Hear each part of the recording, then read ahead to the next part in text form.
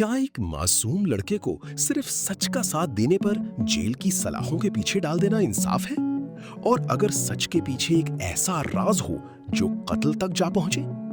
आज की किस्त में कहानी ने ऐसा मोड़ लिया है जो सब कुछ बदल सकता है।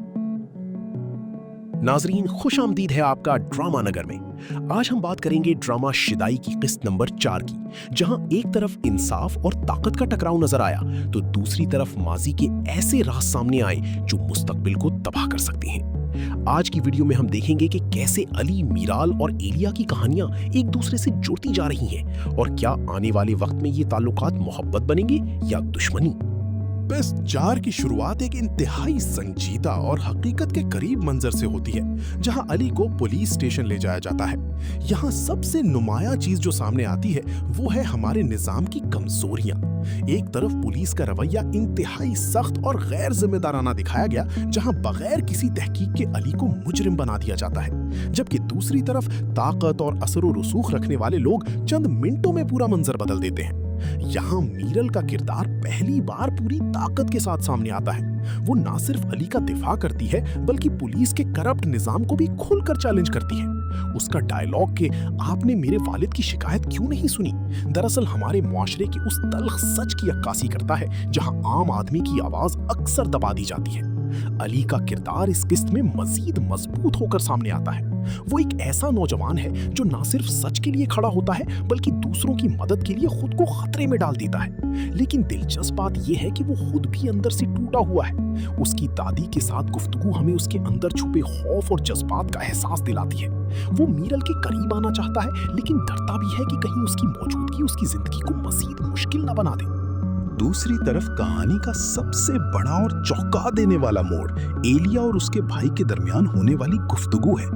यहाँ पहली बार ये हकीकत सामने आती है कि अली के वालिदैन का एक्सीडेंट दरअसल एक कत्ल था और इस कत्ल में एलिया के भाई का हाथ था। ये इंकिशाफ ना सिर्फ कहानी को एक नई समत देता है बल्कि आने वाले एपिसोड्स के लिए एक जबरदस्त कॉन्फ्लिक्ट भी क्रिएट करता है। एलिया का किरदार यहाँ बहुत पेचीदा नजर आता है। एक तरफ वो अली से मोहब्बत करती है, दूसरी तरफ उसके खानदान का माजी उसके रास्ते की सबसे बड़ी रुकावट बन जाता है। उसका ये कहना कि मैं अली को तबाह कर दूंगी इस बात की निशानदही करता है कि आने वाले वक्त में वो एक मजबूत एंटेगनिस्ट के तौर पर सामने आ सकती है। इधर तारिक का ट्रैक भी एक दिलचस्प अंजाम को पहुंचता है, जहां उसको ना सिर्फ अपनी गलतियों का एहसास होता है बल्कि वो पैसे वापस करने और जगह खाली करने पर भी मजबूर हो जाता है।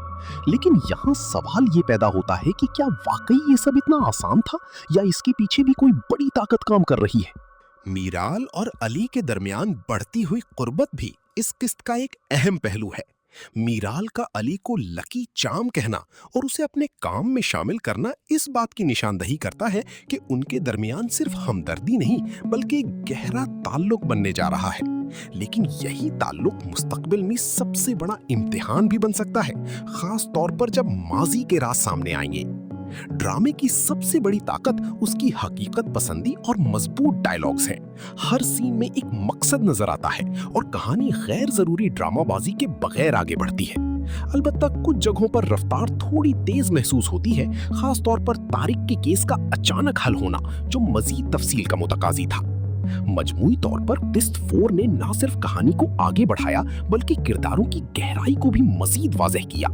अब असल सवाल ये है कि जब अली को अपने वालिदैन के कत्ल की हकीकत का पता चलेगा तो वो क्या करेगा, और क्या मीराल उसके साथ खड़ी रहेगी या हालात उन्हें अलग कर देंगे। तो नाजरीन, ये थी शिदाई की किस्त 4 की मुकम्मल कहानी और तज्जिया। अगर आपको हमारी वीडियो पसंद आए तो चैनल ड्रामा नगर को सब्सक्राइब करना ना भूलें। अब आप बताएं, क्या एलिया वाकई अली से मोहब्बत करती है या वो सिर्फ बदला लेने के लिए उसके करीब आ रही है।